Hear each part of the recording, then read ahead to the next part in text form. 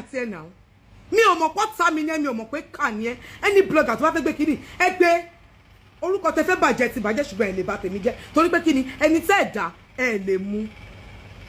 mo choose láti dákẹ́ kí n má sọ̀rọ̀ kí kíní má wà messy ó parọ́ mọ́ mi ó ṣe gbogbo ẹ̀ mo dákẹ́ false lies ó lọ sọ fáwọn blogger pé ìwọ ló ń tọ́jú àwọn ọmọ ìwọ ló ń tọ́jú ọmọ fún mi láti kékeré ó ní ṣe oríire Farida mo ń dákẹ́ kí n má bínú ó dẹ̀ mọ́ mi mo dákẹ́ pé kí kíní má wà messy ká má fira wa ṣẹlẹ́yà ó dẹ̀ sọ mí lórúkọ tí ò ń ṣe tèmi kí ló dé mi ò mọ̀ nígbà tí mo fẹ́ ex now and ex is my ex mi ò bá ẹja mi ò bá ẹdú kò sí ìkọ̀kọ̀ tí n fẹ́ ní í ṣe àdúrà ni mo ṣe fún kẹ́ ṣàṣeyọrí lórí wedding yìí kí ló dé ṣé mo pa ẹ́ lọ́mọ ni ọ̀rẹ́ ni mo pè é mi ò mọ̀ kó fi mí ṣọ̀tá ni now Farida ó ní mi ò dágbére fún ẹ kí tó lọ sí London ìgbà tó wá fi ṣàṣẹ mi ò kí ẹni mo lọ sí London lọ́jọ́ Friday lọ́jọ́ Saturday mo dé lọ́dọ̀ mo pè ẹ́ mo ṣe fídíò kan fún ẹ ó ṣe bẹ́ẹ̀ dé mo róyà ọ̀gbìn sí ẹ kí ló dé mo dẹ̀ dákẹ́ mo dákẹ́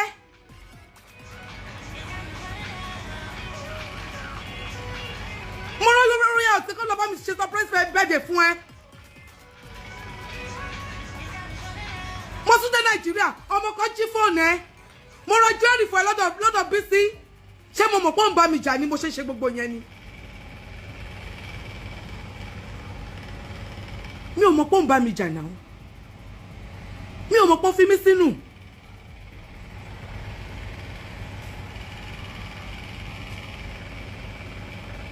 ó bá mi jà torí pé mo lọ London pé mi ò sọ fún ẹ mo gbọ́dọ̀ ẹ lọ mo dẹ̀ déjọ́ lọ́jọ́ Saturday níjọ́ Sunday mo pè ẹ́ ó ní pé àṣẹ ṣé wọ́n rò bí amọ̀ mo ní má bínú pé torí àwọn èèyàn tó wà ń bẹ ni mi ò ṣe sọ àǹtí mo fi kúrò mo máa ń pè ẹ́ ní máa ṣe fídíò call a máa ṣe yẹ̀yẹ́ a máa ṣeré mi mọ̀ pé yẹn ṣe ẹ̀ mi mọ̀ pé yẹn bí ẹnu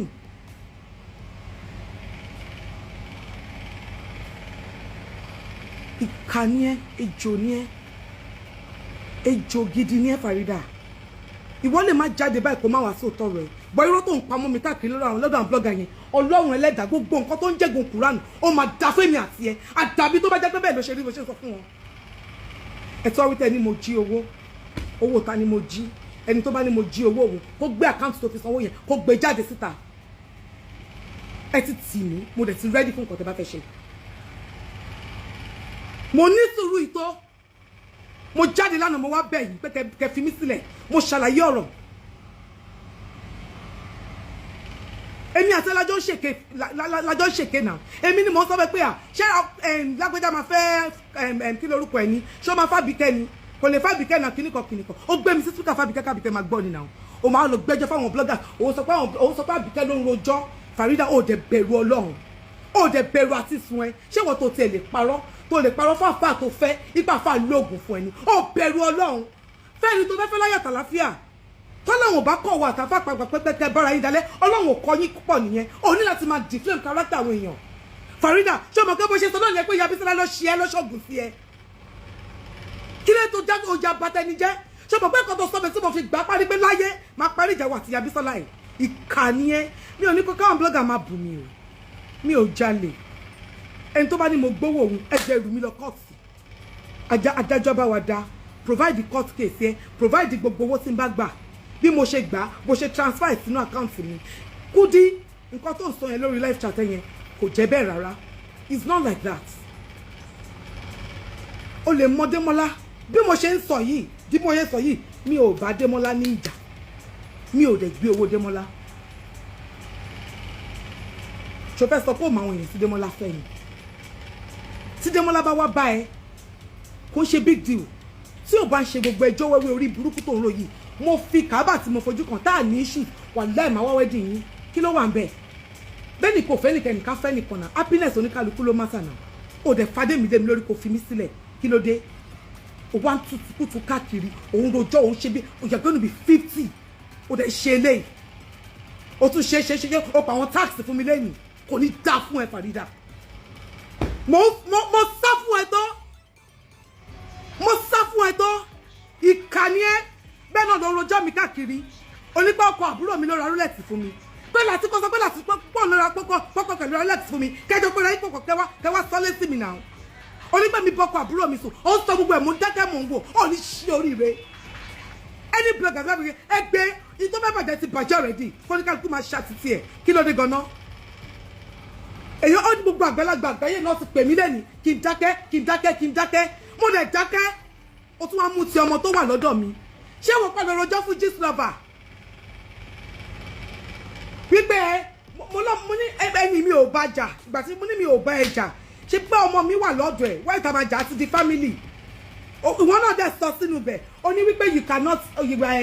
she cannot take the child you don't believe I have all the chat o mo ní chat tó sẹ́ni sí jísọ̀ tó bá mọ̀ ó ní you cannot take the kinní kan wípé kinní mo dẹ̀ wọ́n pé wẹ́ọ́ àṣà lè jàkájà lè di ọmọ tòótọ́ mo dẹ̀ fọmọ yẹn sílẹ̀ wọ́n wá ń bú mi lórí Facebook wípé wọ́n ń gbàṣe mi ṣe Farida ayá gbàṣe ẹ̀ ṣé tówó tí mi ò lè fi tọ́mọ ní àbí kinní ṣé o bá mi san school fees rí ni ṣé pé bọ́sítà bí mo ṣe bọ́sítà yìí Farida tó bá jẹ́ wípé o bá mi san school fees ọmọ rí kí n má jèrè bọ̀ tó bàbá mi san school fees ọmọ rí tí wọ́n dẹ̀ ń sọ wípé wọ́n lọ gba ọmọ àbúrò mi sọ́nà láti gbàtọ́ ti mi ẹ̀ níjọ jèrè gbogbo ẹ̀yin tẹ́jọ́ sọ ni kí ló dé náà ẹ fẹ́ pa mí ni èèyàn sòtọ́ kéèyàn dáràn ni ẹ̀gbọ́n ọ̀rẹ́ ni mo mú ẹ náà mo dé láti London ọ̀hún náà mo tún ra jerry fún ẹ nígbà tó jí fóònù ẹ ṣe bó dájọ́ rí padà fún Bísí ni torí pé o ní lára mi torí pé o wò pé báwo ni mo ṣe jẹ́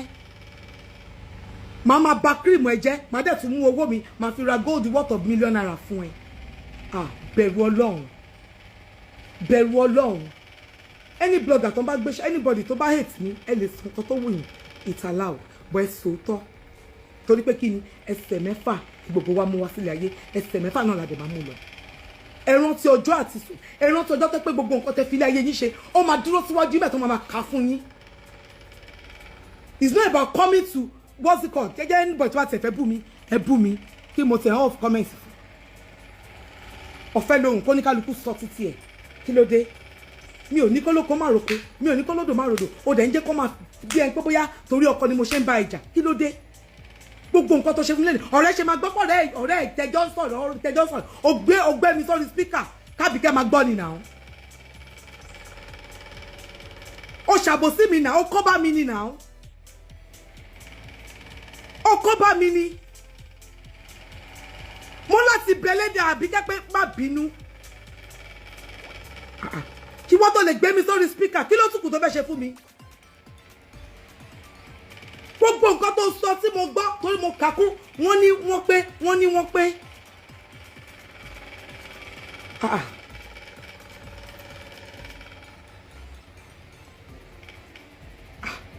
gbogbo nǹkan tó sọ mo dákẹ́ mo wò pé no má jẹ́ kọ́rọ̀ ìbọ́ síta kí n ṣáà máa wò gbogbo ẹjọ́ tó pamọ́ mi torí mo fẹ́ bá láti ṣe ọ̀rẹ́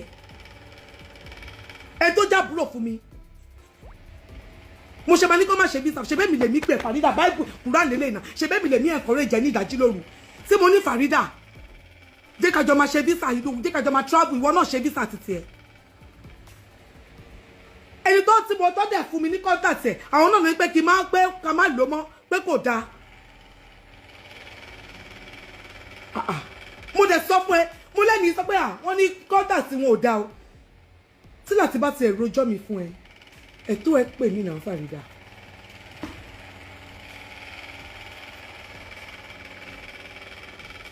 tó bá rojọ́ tó bá parọ́ mọ́ mi ẹ̀tọ́ ẹ pè mí ojú mi lọ náà nígbà tẹ́mi gbọ́ pọ̀ sọ àwọn kọ́kọ́ pa mi kó tẹ̀ tó di stage báyìí èmi máa bí ẹ̀ náà ní Farida mo gbọ́ nǹkan bọ̀ wádẹ́ ló sọ èmi máa ń bí ẹ̀ ṣó ever bí mi ní pé ṣé mo bá cream ẹ jẹ ṣó máa dúró àwọn bí ọdún òkè owó ibo ló ti ṣó ti gbàgbé bí mo ṣe mọ̀ ẹ́ ni Farida ṣó ti gbàgbé ni kẹ́nìbọ̀dì má pè mí ṣó ti gbàgbé bí mo ṣe mọ̀ ẹ́ ni Farida nígbà tó ń kó kírímù kékèké jọ moisturizer ẹ tó lọ tà á lọ́dọ̀ Ìyábọ̀ Òjó tí Ìyábọ̀ Òjó fún ẹ ní check nǹkan tó bẹ̀ tà Farida ojú íńtánẹ́ẹ̀tì ni mo ti ń sọ yìí èmi gba gbogbo ẹ̀ lọ́wọ́ ẹ̀ náà pé máwọn rí màá bẹ̀ tàjẹ́ nǹkan bẹ́ẹ̀ kó sí ṣọ́ọ̀bù mo gbé business ẹ̀ sórí ni náà bí ẹjọ́ kan wọ ọ̀dọ̀ mi ló ti mọ̀ náà èmi mo máa ń polówó kàkígbà ẹ bá mi ra moisturizer ẹ̀dá kígbà kọ̀dà èmi yẹn ni wọ́n lanu èmi yẹn ni wọ́n lanu lọ sọ wípé mi èmi bọjà ẹ̀jẹ̀ àdàbíyàdà ó ti jẹ́ kí ṣe kó tí mi ò fẹ́ ṣe.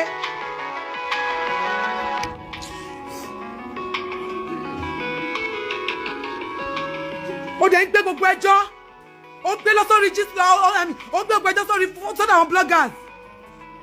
kí ló dé. wọ́n wá ń pariwo Larry tó lè ó jíde ó jẹ́ owó Démọ́lá wò Démọ́lá please 48 hours mo ready fún kinní yìí sue me to court with your proof nǹkan tó fi sanwó fún mi ibi tí mo ti gbowó lọ́wọ́ ẹ̀ business transaction tàjọ ṣe tí wọn náà fi ṣe tó fi rí owó yẹn bring it on mo fẹ́ mọ̀.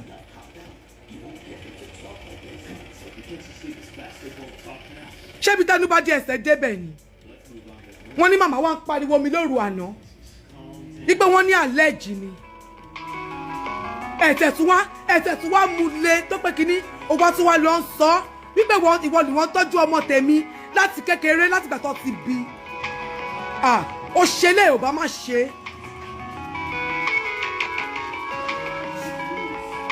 ó ṣe eléyìí ò bá má ṣe.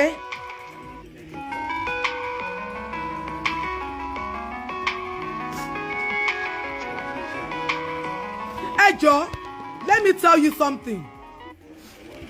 you something. Quran lele. Tó bá jẹ́ pé Christian ni ẹ́, tó bá jẹ́ pé Muslim ni ẹ́, wọ́n máa ka kan fún wa.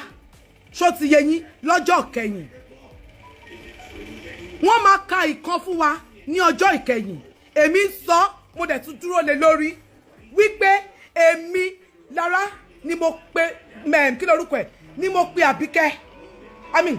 So I'm sorry, èmi Lára ni mo pe Farida la jọ ń sọ̀rọ̀ based on continuation nìkan tá ti jọ sọ. Ìwọ Farida ló gbé mi sí speaker kábíkẹ́ máa gbọ́. Gbogbo ẹ̀yin tẹ́ ń sọ wípé Àbíkẹ́ record, Àbíkẹ́ lè máa record conversation ti tiẹ̀ bíbò mi àbí nǹkankan. But Àbíkẹ́ on this matter, I offended her. Mi ò jẹ́ lábẹ́ Àbíkẹ́, Àbíkẹ́ ò jẹ́ lábẹ́ mi. Mi ò jẹ́ lábẹ́ Àbíkẹ́, Àbíkẹ́ ò jẹ́ lábẹ́ mi. Àbíkẹ́ ò lè pàṣẹ fún mi pé kí n wá sórí social media kí wọ́n máa constitute nuisance. It's not possible. But this is nothing but the fact. Don't talk about one make custom me ò bẹ̀rù ẹni kankan. Mi ò bẹ̀rù anybody. Gbogbo ẹjọ́ mi tó tún rò fún oníkálukú sọ now. Kí ló dé? Ẹ ṣe máa ní mò ń jà torí ọkùnrin. Èmi àti ẹ ti ní issues láti December.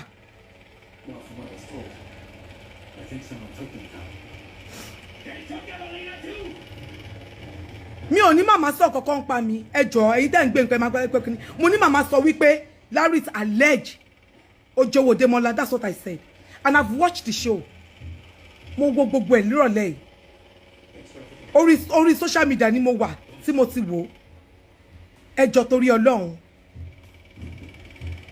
don't drag me into any mess, please don't drag me into any mess. I was having a heart-to-heart talk. We were talking. And I don't know if Abike was with you or anything. You put me on the phone for her to hear. Mo de dákẹ́. Gbogbo ẹ̀ mo pamọ́ láti December. Mi ò sọ kankan. Tí n bá ń bínú sí ẹni, immediately tí mo ti mọ̀ pé ó ti ṣerú kan bẹ́ẹ̀ yẹn, má ti wá mọ́ ọmọ kúrò lọ́dọ̀ ẹ̀ now. But mi ò mú mọ̀ pé wo, I must say to her, shit happens.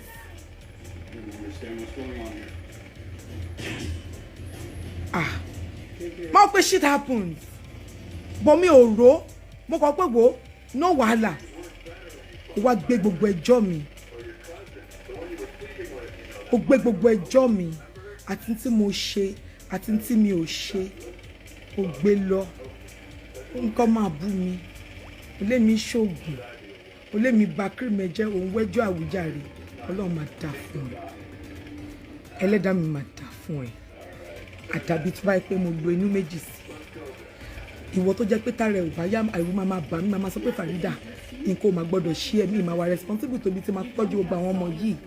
Farida ìwọ kò tiẹ̀ gbọ́n lẹ́nu jẹ́ pé à á sọ̀rọ̀ lóru à á sọ̀rọ̀ lálẹ́ à á sọ̀rọ̀ ní pé kínní àṣerọ́ ni gbogbo ẹ̀. Ìwọ tí mo rò pé bóyá ń jọ fi tiẹ̀ a máa fly lọ Dubai ni àṣẹ mi ni mò ń tanra mi bínú tèmi ṣe rí lèmi ṣe máa ń sọ̀rọ̀ mi ò mọ̀ pé mo ṣe sórí gbogbo téèyàn bá ṣẹ̀ mí èèyàn ṣẹ̀ mí láyé pé kíní torí tí má ti sọ tèmi mo tún lè bẹ ní ẹbọ padà mi ò mọ̀ wípé mo tẹ́ni tìkà pẹ̀lú ẹ̀ ni ṣé gbogbo stunts tó ti prove mo wò pé mo dákẹ́ mi ì mọ̀ pé o lè go to this extent mi ò mọ̀ wípé o lè go to this extent with me mi ì mọ̀ I'm telling you mi ì mọ̀ pé o lè go dirty báyìí I never knew tó bá fẹ́ Démọ́lá it's my happiness at least orí ibi tó ti ní happiness ni so why you tarnishing my name with lies because of what mi pa ẹ́ lọ́kàn náà ìwọ náà kọ́kọ́ wo ẹjọ́ tó rò fún Gistlover ó travel ní December kò sọ fún ẹ ó ṣe ó mọ̀ tẹ́nibọ̀dì bá ti ẹ̀rọ ìjọ fún ẹ ṣó gbé fóònù pè mí rí èmi máa ń bí ẹ̀ náà àmọ́ nǹkan tó máa fẹ́ kọ sórí social media tí máa gbà sórí pé láíláí